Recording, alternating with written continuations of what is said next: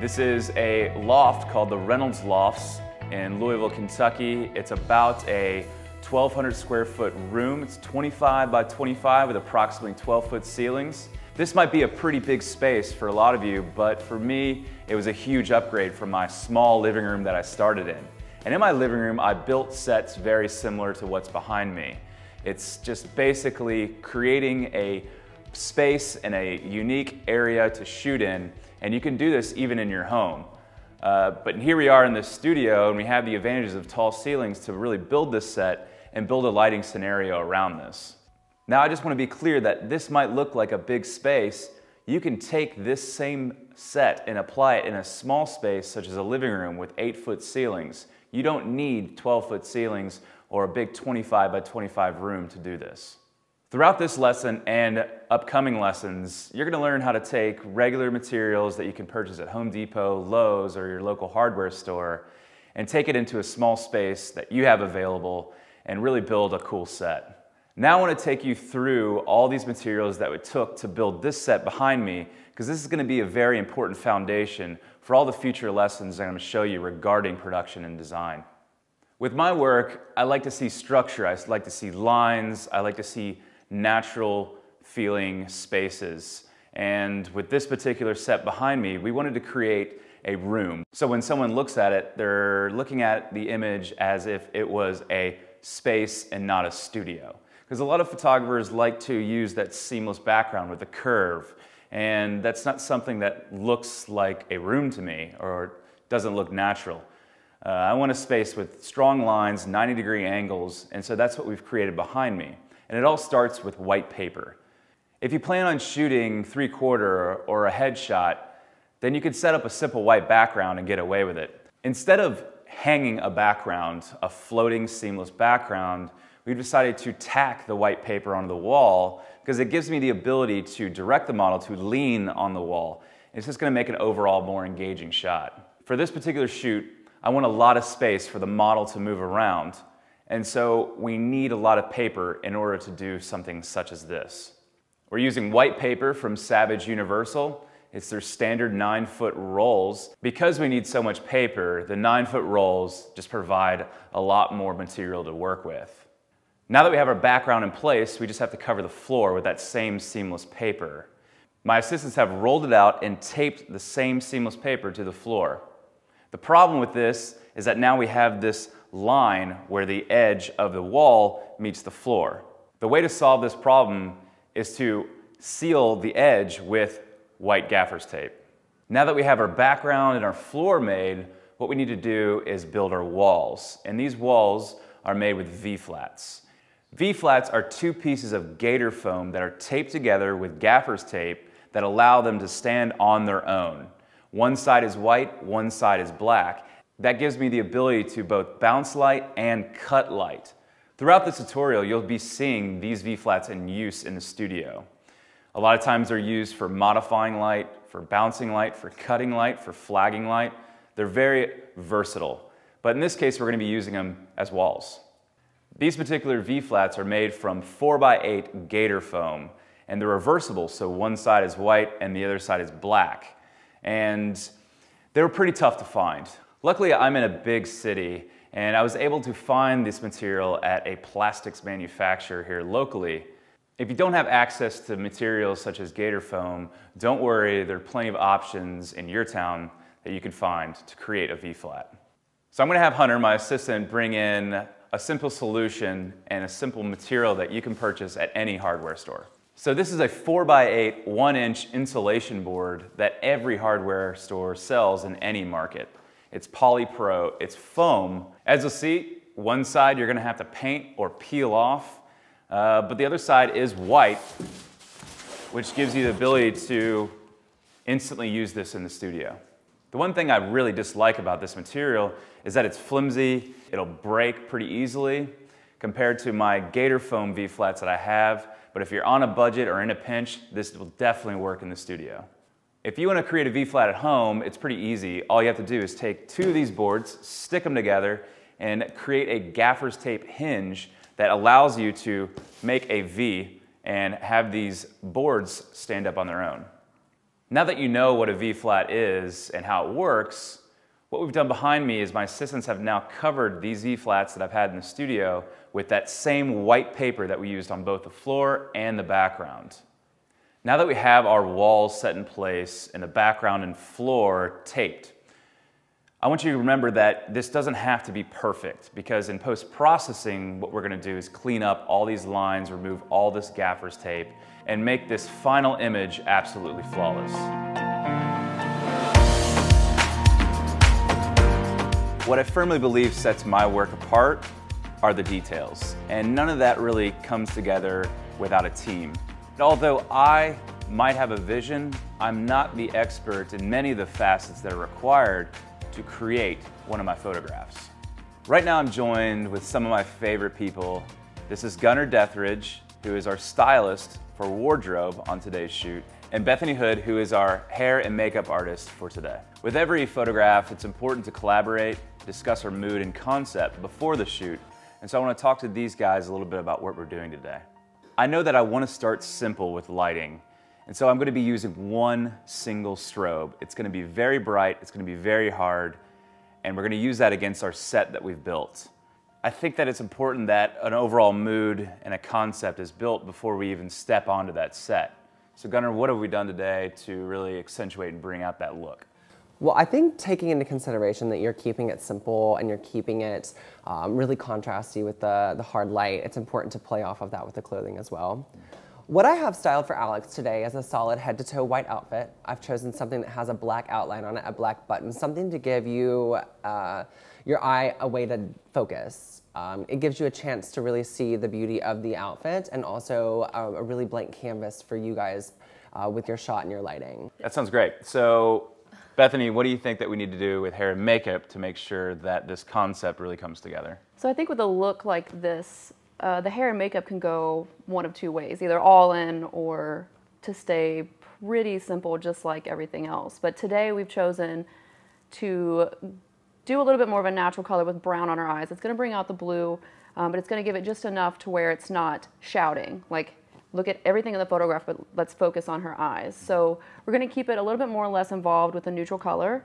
Keep her lip color a little bit more neutral, but enough to give it shape.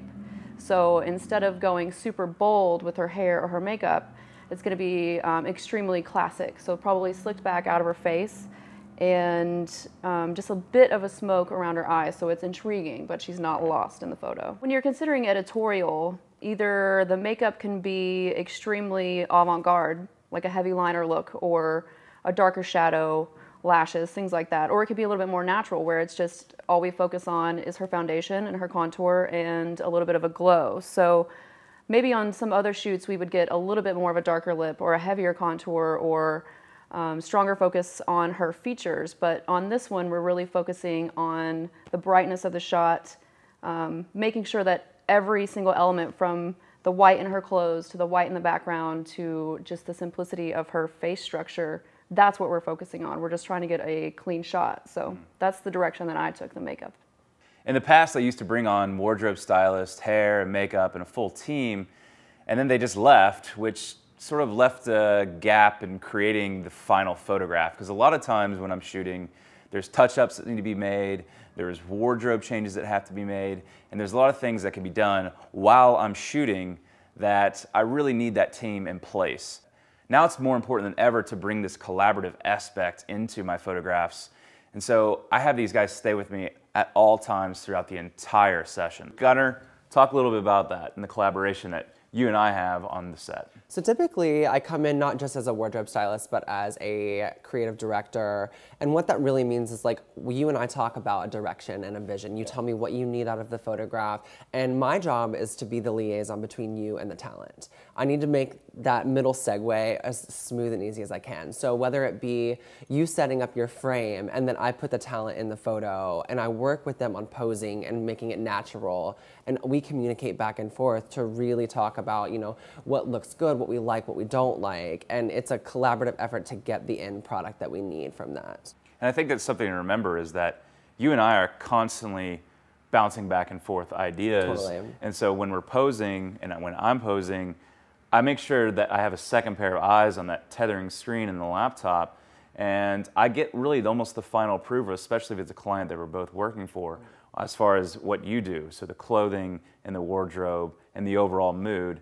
And then I look at it and I'm like, this is it. Like, we see separate things completely. You're looking at the pose and the natural movement of the body, and I'm looking completely at the clothing, the hair, the makeup, and then that's where you come onto set. Like touch-ups are such a necessary thing. Being a makeup artist, being very detail-oriented, I think that hair and makeup is probably the last thing that the photographer is looking for, but that's where staying on set the entire time is my job, getting it right, straight out of camera, making sure that the lip is good, everything is good. And it needs constant attention. Yeah. So of course you're gonna have to do some post-processing, but you know, my job on set from start to finish is to make sure that that shot's right in camera. So minimal editing is the idea. Now that I've introduced my team and the people that I collaborate with, we're gonna head into the studio and start working with this set in this high-key style of lighting. We've now moved into the studio. We've talked about the styling, we've talked about hair and makeup and the concept and the overall mood. So now it's time to talk a little bit about the lighting and the overall sort of high-key scenario that we're about ready to dive into. In my hand now I have a ProPhoto D1. It's 500 watt mono light. And we're gonna start really simple today with just a bare bulb light on a C-stand. What I have right here is a ProPhoto zoom reflector. And the purpose of this 7-inch reflector is to really hone that light in and give it a little bit more directional specular flare. And to be perfectly honest, I don't even own a zoom reflector. And in this case especially, we don't need one because I'm not even concerned about spill in this case. So in this light scenario, we're really gonna try to mimic sunlight. And direction of light is everything here. So we're gonna place our beautiful model, Alex, on the back wall, on this background, and shift our light around to see where our shadows are falling. Now that we've placed Alex on the wall, I'm gonna turn on this modeling light. And one thing to remember with this style of lighting is that the modeling light really, truly resembles what the final output is gonna be. And as I turn this light, you're gonna see the shadows sort of change. And they're gonna adapt as I bring this light back and I'm gonna shift it from left to right. And that's one thing to really truly notice with this style of lighting. Another important thing to remember with this lighting is we're attempting to mimic sunlight. So I need to make sure that this light is high and it's pretty far back. We're approximately 15 feet from this wall right now. And I'm gonna shift this left and right and I'm gonna go sort of direct just to see what that looks like. I've now shifted this light to be directly in front of her. It's eye level and it's very directional. And as you can see, there is a little shadow on the background, but because it is so direct, it's sort of wrapping around her head. Let's take a shot to see what this looks like.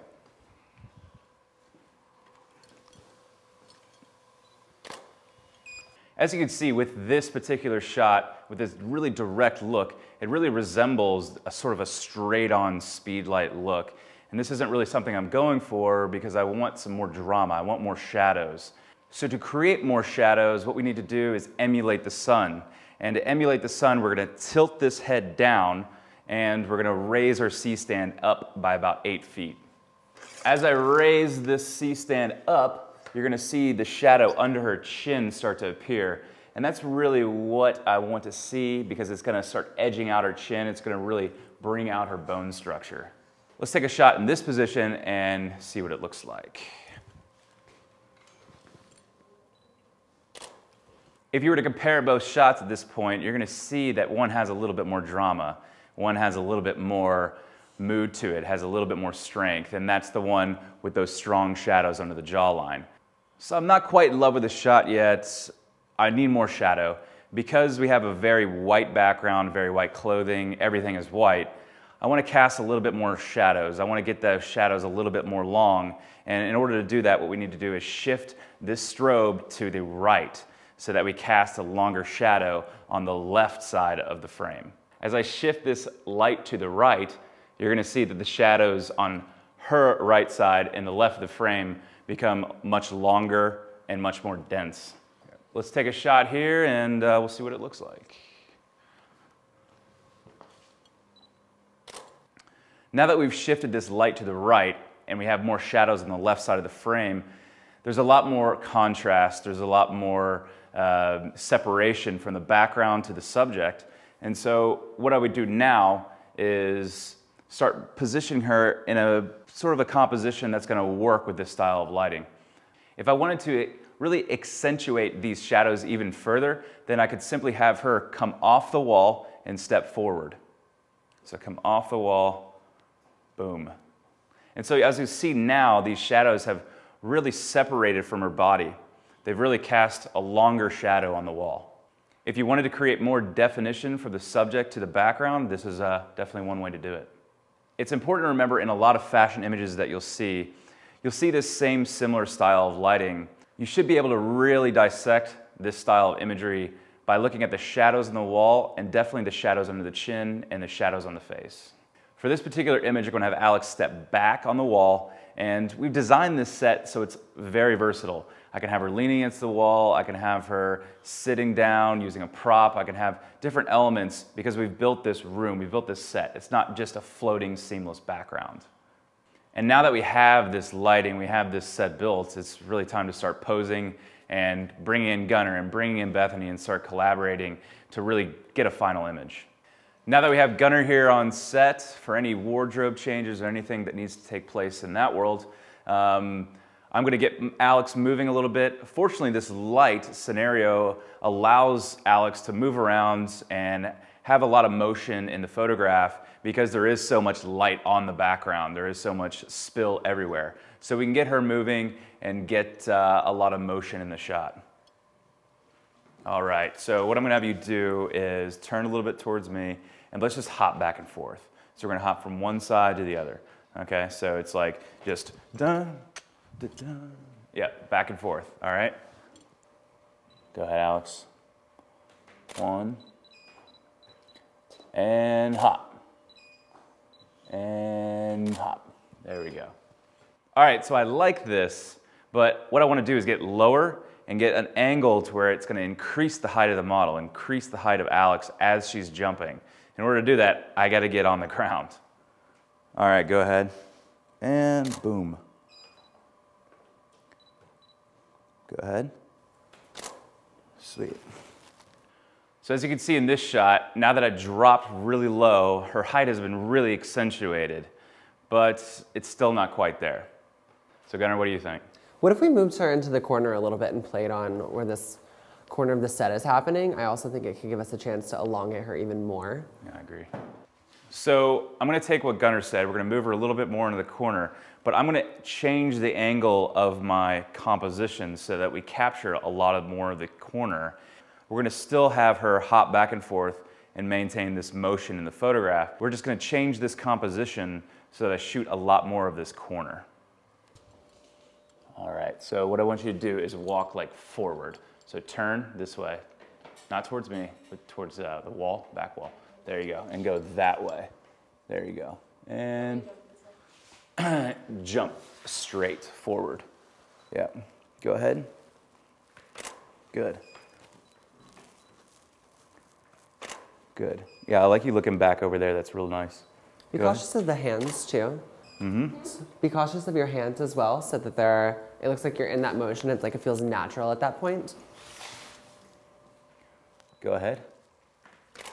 Perfect. One more time. Let's get it a little bit before that. Go ahead. So I like the direction of where we're going right now, but as you can see, we're going to start revealing some of this studio space in the background.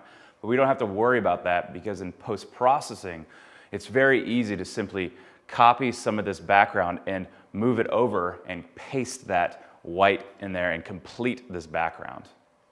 You're going to start seeing that shadows are just going to start being everywhere. To me, it doesn't really matter because we've locked in this sort of sunlight style of lighting. Again, it allows the model to really move around and we can add a lot of motion to the photograph. I'm not bothered by it, but what do you think, Gunnar? As a stylist coming in, it's not necessarily something I would look at just the same way you wouldn't necessarily look at specific things on the outfit. But I like this. I think it looks natural. Even though it is a hard light, it does feel like a hard, natural light, and I enjoy that. Yeah, and as photographers, I think we look at shadows and we look at lighting in a specific way, and your normal clientele isn't even going to pay attention to that. They're not even going to look at that, actually. Right. So I like where this is going, but I don't think that this set really calls for a lot of motion. It just isn't feeling right to me. So I think we're gonna get Alex leaning on the wall rather than actually moving. So why don't you just lean against that back wall there, but really like lean into it, like cruise back. There you go. Think long and lean. You're so tall and this outfit's like so elongating.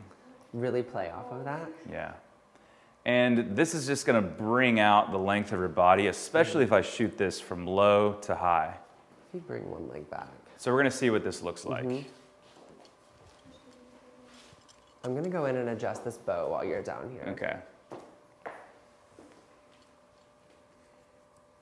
So the thing to remember with fashion photography is that it's all about the clothes. We're not shooting glamour. It's not about the model's body. It's about the clothes and how they fall and how they move and how they really look in a scene.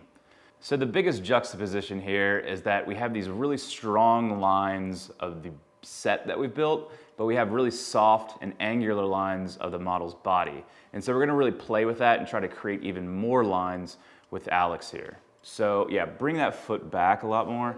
Like, yeah, but you can, there you go, that's nice. Why don't you have these, your hands flat against the wall? Yeah, not like, but like relaxed sort of. All right, just drop them. They look nice when the wrist is angled in like that. Yeah. There you go. Okay. So the one thing to remember is that now her chin is shoved into her chest pretty much. I really wanted to bring out her jawline because this lighting really plays into that. So I need to raise her chin up to really accentuate that jawline. Good, awesome. So another thing to remember is once we have this pose locked in, I need to work on the face at this point. I really need to get the model in a nice expression. If you're working with everyday people, you're gonna have to get them laughing or just comfortable. But with working with models, you have to really lock in something that's either heavy, hard, or something that's just very soft. In this case, we're going edgy, we're going editorial. So I want to get Alex really have an expression that's hard and really strong and almost angry. And that's what we're going for with this particular shot. So get angry.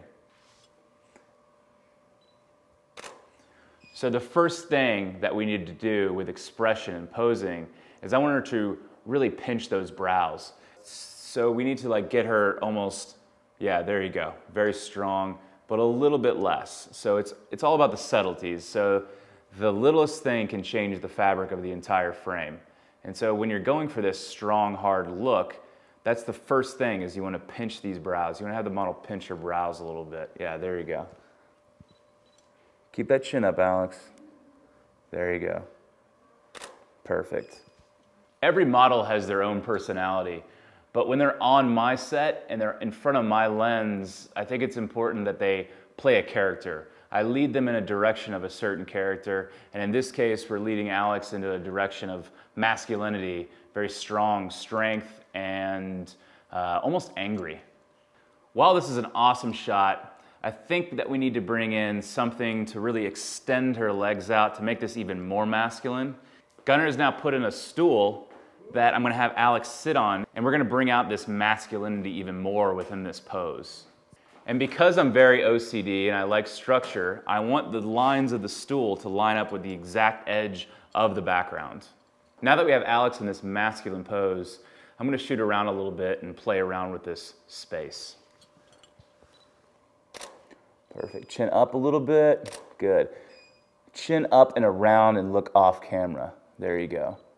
And so the worst thing you can be in this scenario is completely silent.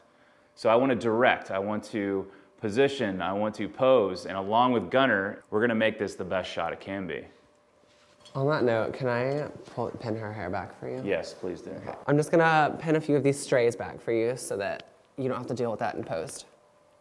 So what Gunnar is doing here is he's clipping the hair back on Alex's neck because that's gonna reduce the amount of work that I have to do and my retoucher Jordan Hartley has to do in post-processing. One thing to keep in mind is that we still are using one single light, one single strobe, and this allows us to pose and work with the model in various positions without moving the light at all. You might be asking yourself, if you're using one light, using one single strobe, why aren't these shadows darker? And it's because we're using a wall of white. We're using white paper on the background, white paper on the floor, and white walls. And what that's doing is acting like a giant reflector, bouncing this light everywhere and reducing that shadow density. If you wanted to do this with a different color or a different style of background, you might have to introduce a fill light to really fill out those shadows and reduce that shadow density. Keep in mind, I haven't moved this light at all once. Later in this tutorial, I'm going to dive into that precise style of lighting where you just can't move the model too much. But this style of lighting provides that ability to pose and move and add a lot of motion to the shot that you just can't do with other light setups. Perfect. Chin up a little bit. Great. I really like where this shot is heading. I think that we're pretty much there. But the one thing I want to do is, instead of having Alex leaning forward, which I feel is predictable, it's easy, we're going to have her lean completely back in the wall, which is going to add a lot of angularity to her body and a lot of strength and masculinity. I've got Alex in this lean now. It's looking really strong. I think that she needs to do something with her hands. So just have a hand over your body. There you go, with the hand up. Because obviously she is a female model, I think this adds a little bit of softness, and it's going to juxtapose between the hardness of her face, the hardness of the pose, and then their hands being very soft. I like the shape of their body, but I still have a little issue with our composition. So I'm going to switch my camera to a more horizontal format. And a lot of times in the editorial space, we don't get that option. I have to shoot vertical because of page and page count. But in this case, I have the ability to be creative, and so I'm going to change my format to horizontal. What I'm going to do is use these lines and this structure really guide the eye to her face and her body. And also, the angle of her legs really play a crucial role in this as well, because that also acts like an angular leading line to her face. So I'm hanging out on the ground right now, and the reason why I'm so low is because, again, I want to add to the height, I want to add to power and add strength to this shot. So I'm getting super low to the ground, and I'm going to sort of shoot up her leg onto her face, and that's going to really lead the eye, as well as these other angles and structured lines on the background. Okay, so this particular shot, this is where we need to be. I love this, but the one thing that I'm not liking is that I don't like that the posture of her legs are the same, so I'm going to bring that right leg back so it adds a little bit of variety to the shot. One thing to keep in mind is that her chin is now shoved into her chest, so we have to raise her chin up. Perfect. Really pinch those brows. Just be pissed. There you go. I know you feel ridiculous, but you look really good. So we're going to take a look at what we've shot so far, and we've got a lot of great shots. I think that there's a lot of different options, a lot of different expressions, a lot of different compositions. And I think it's important to remember that you're going to see a lot of this studio space where the white V-flat ends. And in post-processing, what we're going to do is literally just copy this section of wall and paste it over here. And it's a very easy blend. It's a very easy composite there. From a styling and creative standpoint, I think that the foot is beautiful in this. The line is great. We're also kind of mimicking the lines on the chair with the legs. The shadow is really catching the back of that beautifully. I think the shirt is also really nice. This black line is also mimicking the stool in the shot. I think it's really beautiful. I don't prefer the expression in this one to the other one. I think it's mainly because the other one has such a nice squint to the eye. It feels intense. It feels like it has a purpose for the look and the pose. This one to me feels like we kind of caught like mid-glance or like mid-change of the face. So I think we can both agree that our leaning shots are by far the best of the set. I think that this is probably our best image of the set. Why is that? I think, well, styling-wise, the pose is really strong. I think that the lighting, obviously, you've nailed in this shot. I think everything's working harmoniously right here. Well, because she's just draped in white and the background is white, I think shadows are going to add a little dynamic edge to this. And I think it's a very important aspect of this photograph because that's what is really truly bringing her out. That's what's really separating her from the background. I think it just overall adds a lot of interest to the photograph, and we all know that shadows create drama, not necessarily light. What's your preference on the foot being cropped out? Like, is that something that bothers you, or from a photographer standpoint, are you okay with that? I would say that that is one of the biggest critiques that I always get out of other photographers, is that I liked cropped, weird crops. I like strange crops, and I like crops that look like they're in a magazine. And if you go through and you flip through a Vogue or a Vanity Fair, or a W or a V, a lot of times the dimensions aren't lined up with necessarily the aspect ratio of what the photographer captures. So there's a lot of strange crops. And so I like being tight as possible, but not getting the full frame. So a little toe crop, a little head crop doesn't really matter to me. I like that you can still see the strap of the shoe and it's not as distracting as that. Right. I think we found our final shot that we really love. So we're gonna take this shot, head over into post-processing and take it up a notch.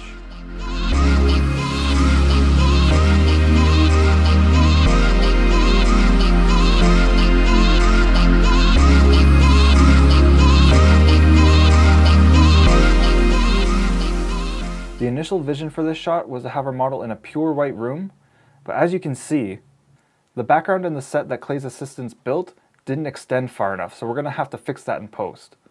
So let's make that our first task in Photoshop. I've already gone ahead and done our Capture One process. It was very simple, the same thing that we've been doing on all of our images. The only things that I did were brought down the highlights a bit, increased the shadows, and added some contrast.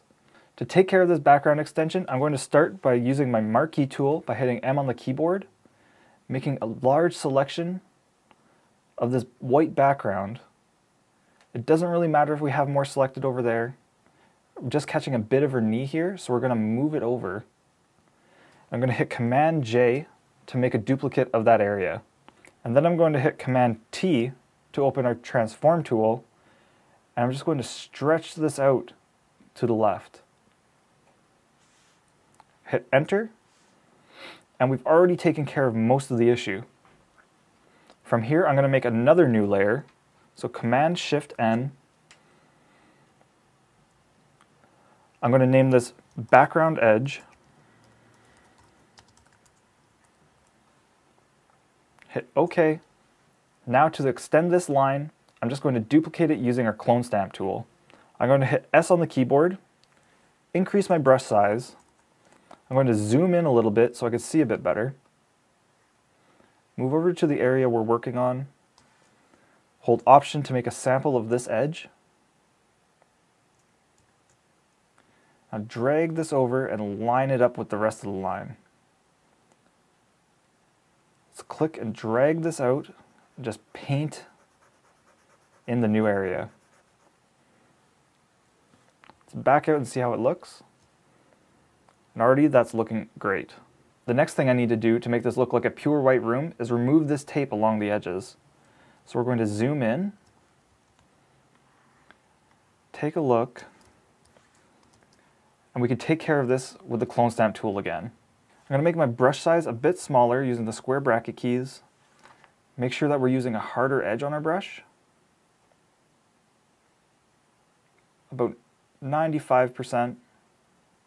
Maybe zoom in a little bit more. And I actually want to make sure that our line is perfectly straight. So I'm going to make a selection of the area that I want to work in. That way, when I'm using the clone stamp tool, I can't go outside of that area, and it'll give us a perfectly clean edge. I'm going to use the lasso tool by hitting L on the keyboard. I'm going to select over here where I think the edge starts, make a large selection, and finish my line over here. When I release the pen from the tablet, Photoshop will fill in a line between my starting and ending point, so it'll be perfectly straight. Now I can sample some good texture right about here and start painting this tape away. And since we made that selection, it'll give us a perfectly straight edge.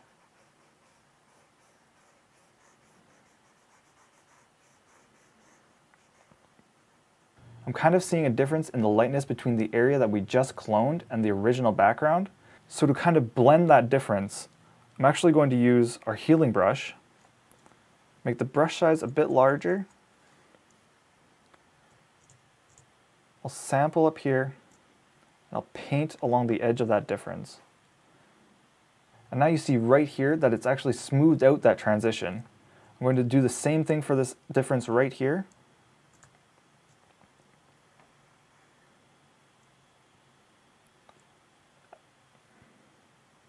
And now it's gone. Now to work on the opposite side, I need to invert that selection. So I'm going to hold Command Shift and hit I on the keyboard, and it's selected the exact opposite of our original selection. I'm going to go back to my clone stamp tool, make our brush a bit smaller, sample a good point right about here, and I'm going to start painting along that edge again.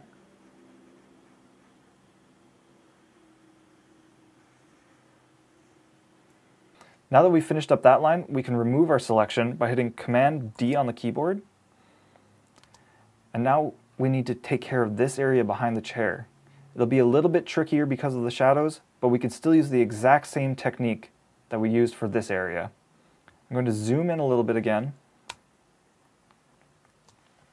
Use our lasso tool by hitting L on the keyboard. Click right where we finished with the last line.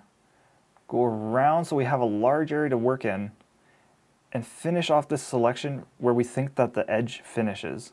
Let's let go of the keyboard and Photoshop will fill that line in so it's perfectly straight. And now we just need to deal with this part of the tape. We'll go back to our clone stamp tool. We'll make it a little bit softer. And now we just need to sample similar areas to clone away this tape. So I'm going to sample right here along the shadow and paint the rest of that tape away.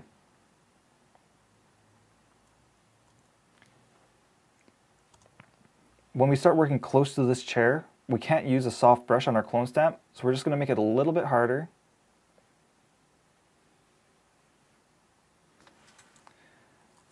Zoom in a bit. Make our brush a bit smaller, and start sampling and painting again.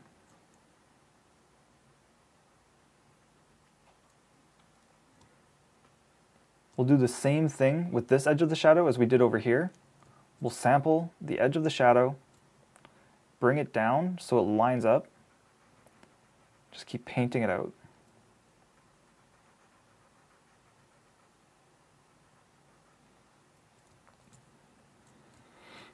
We're starting to see a difference in the light between where we painted and the original background, but don't worry about that yet. We'll take care of this tape and then we'll smooth that edge out.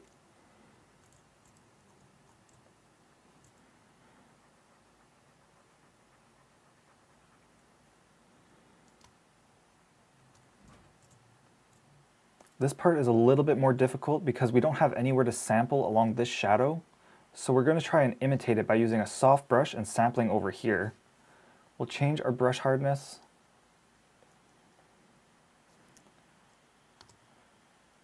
Sample in a good white space and slowly paint that out.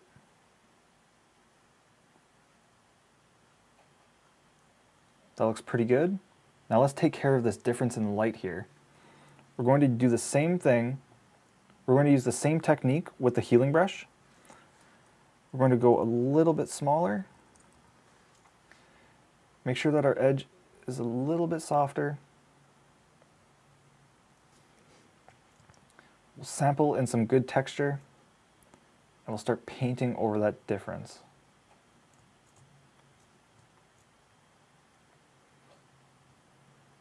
There's a little bit over here still, so we'll do the same thing again. Sample some good texture, and smooth that difference out. I think that's looking pretty good, so let's do the other side now. We'll hit Command-Shift-I to invert our selection, and now we can work on everything else.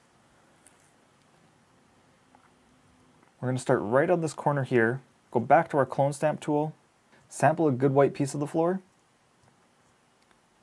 start cloning that out. But now we've hit the edge of a shadow, so we need to kind of zoom in quite a bit so we can deal with this small area. Just sample along here to make this shadow edge a bit better.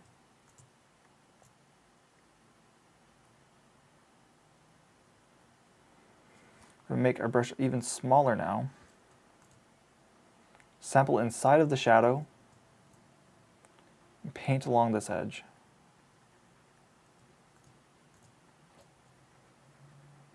We've got that little area done, but now we still have to do all of this. We're going to make our brush size a bit bigger. Clone inside of this shadow. Start painting the tape away, just like before. We're getting close to this chair, so let's zoom in.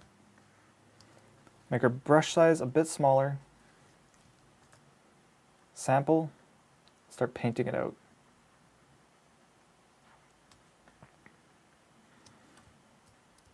Zoom back out, see how it looks. So far that's great. To take care of this area right here, I think we should just sample this section here and we'll bring it up. So I'm going to increase my brush size,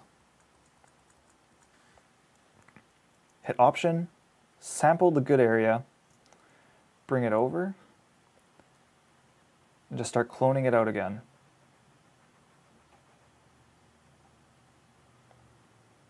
Looking now, these shadows don't line up perfectly because we sampled from here.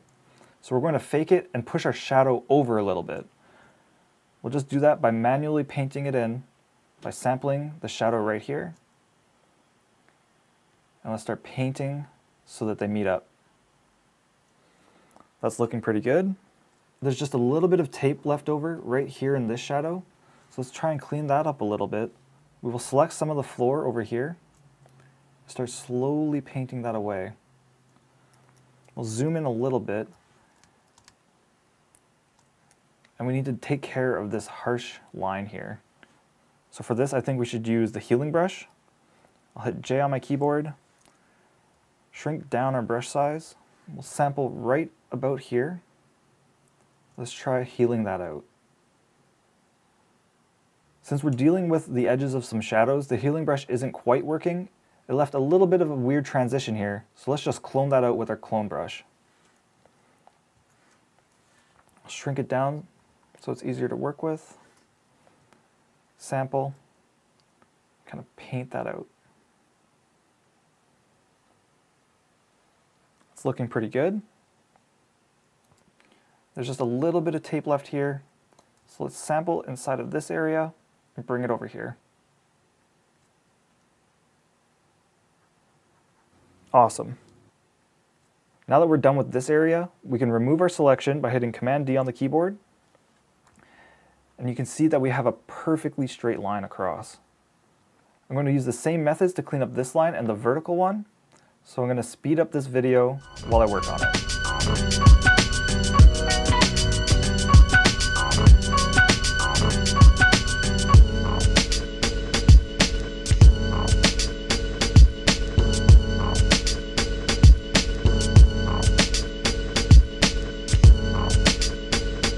So I just finished cleaning up all of the edges, and normally my next step would be to do my healing and dodge and burn.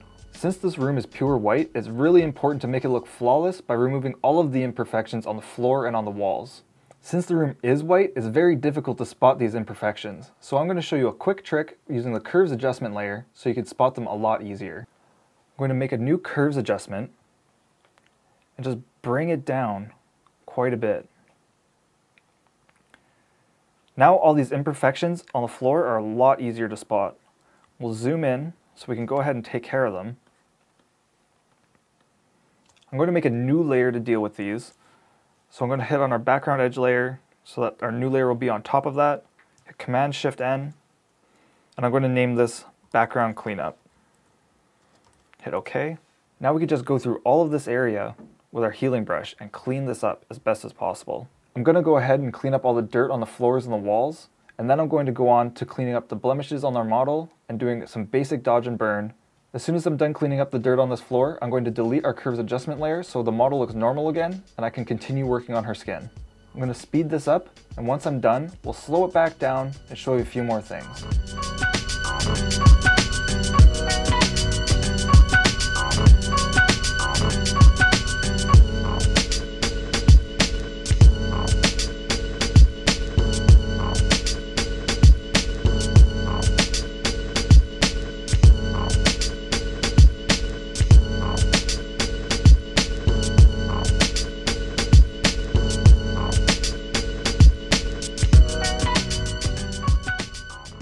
I just finished up with all the minor work on this image with some healing and dodge and burn, but now I actually want to use dodge and burn to contour her face a little bit. This is going to be slightly similar to the global dodge and burn that we did on the image of Kurt a few lessons back. This image was shot with the intention of evoking a very strong masculine pose, so we're going to emphasize that by giving her a strong, sharp cheekbone. We're going to do that using the same layer we used for dodge and burn. I'm going to hit Command-Shift-N. We'll call this contour. Set the blend mode to soft light and fill it with soft light neutral color. Hit OK. Now we want to zoom in a little bit on her face. Make sure we have our brush selected. Increase our brush size. We'll check the hardness of our brush just to make sure that it's soft. Now in order to give her cheekbones a very sharp look, we're going to paint black below the cheekbone and white right on the edge of it.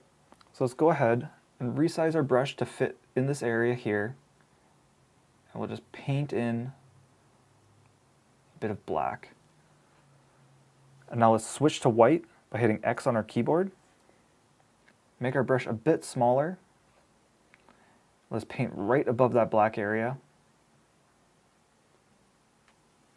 You want to follow the natural line of her cheekbone, so you're going to want to also bring it up closer to the bridge of the nose as well. We're going to do a little bit on the other side as well, just to balance it out. We'll switch to black, paint below that white line, and now I'll toggle the layer on and off to see the effect. I think that looks great. We've really sharpened up the features on her face. And now I want to move on to a quick color fix. We'll zoom out. To me, this floor looks a little bit cyan, so we're going to make a hue saturation adjustment layer. Click on the master drop down and go to cyans. We'll just check to make sure that this is where that color is. And that's definitely where there's a lot of cyan in there. So we're going to drag this saturation down to desaturate it and remove it from the photo. The final adjustment I want to make to this image is just to pull in her clothing a bit with some liquify. I'm going to make a clone stamp visible layer by holding Command-Option-Shift-E. And I can either hit Command-Shift-X or go to Filter and click on Liquify.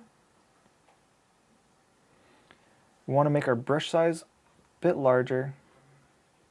Right about there. Make sure that our pressure is pretty low. We just want to push in this area, as well as her pant right here. Just push that in a bit. The goal when doing this is to make the lines more straight and appealing to the eye. So we just want to push it in a little bit in a few more places. I think that looks great, so we're going to hit OK. That's all the adjustments we want to make on this image. So now let's save it out and send it over to Clay.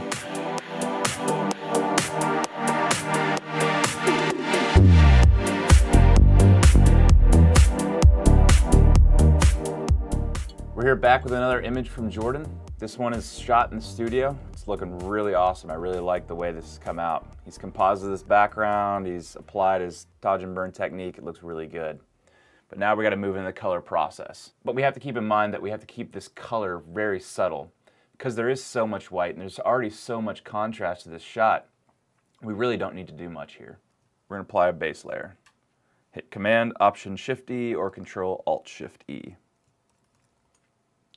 We're going to convert this to a smart object so that we can apply our camera raw filter.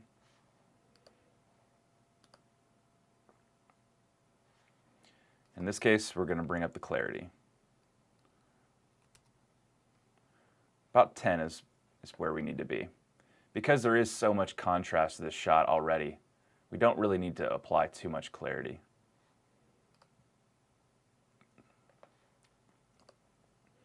Next, let's move on to vibrance.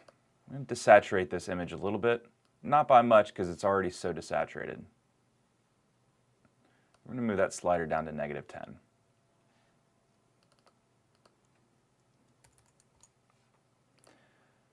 Next up, we're going to create a curves adjustment layer and play with the color contrast. We want to keep this simple because there is so much white in this shot.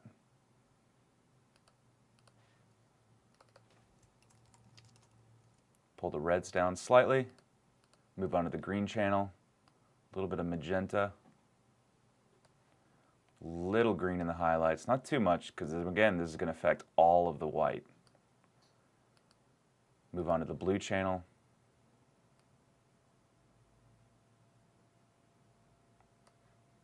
Bring some warmth back in. A little bit of blue in the highlights to even it out. Perfect. Once we have our color contrast applied, again, we're going to move into color balance and work on the midtones.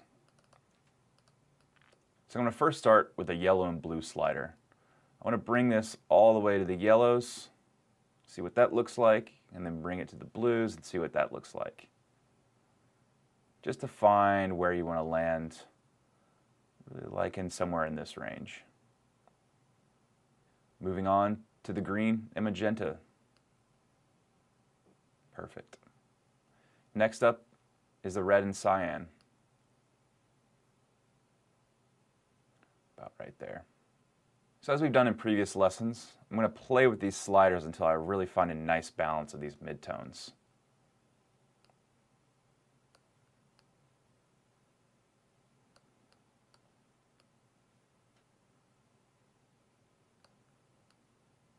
Great. So I've landed on -25 on the blue and yellow, -15 on the green and magenta, and -10 on the red and cyan. I decided to keep this a little bit warm because I like that it feels hot. I like that it feels like it's outside and it's got this hard directional sunlight. Once we have our color applied, we're going to begin our sharpening process. Stamp those layers down, duplicate this layer, and group them together. I'm going to change the blending mode to overlay on the group and then select the first layer in the group and change that to vivid light. It's going to look crazy, but bear with me. We're going to invert this layer. We're going to go to Filter, Blur, Surface Blur. We're going to keep the radius at 10 pixels and the threshold at 8. I'm going to hit OK. Obviously, this looks a little over sharpened, so we're going to back this down to 50%. Now that we have our sharpening applied, we're going to stamp all these layers back down. Just like we've done in the last shots, we're going to apply some noise. This is going to reduce banding and give it a nice film look.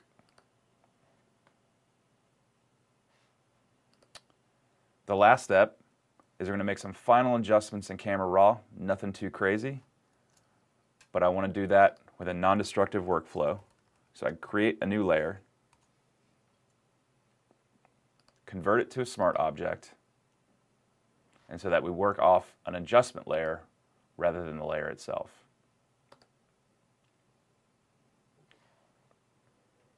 So now I'm going to play with these sliders right here just to make some final adjustments.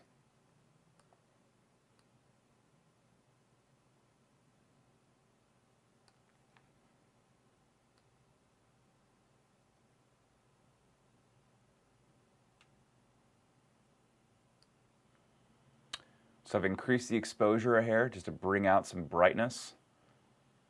I brought up some shadows a little bit and brought up the whites a little bit. We don't want to blow out any of this white in this frame. We want to keep it exposed. We want this to look and feel like it's in a bright room.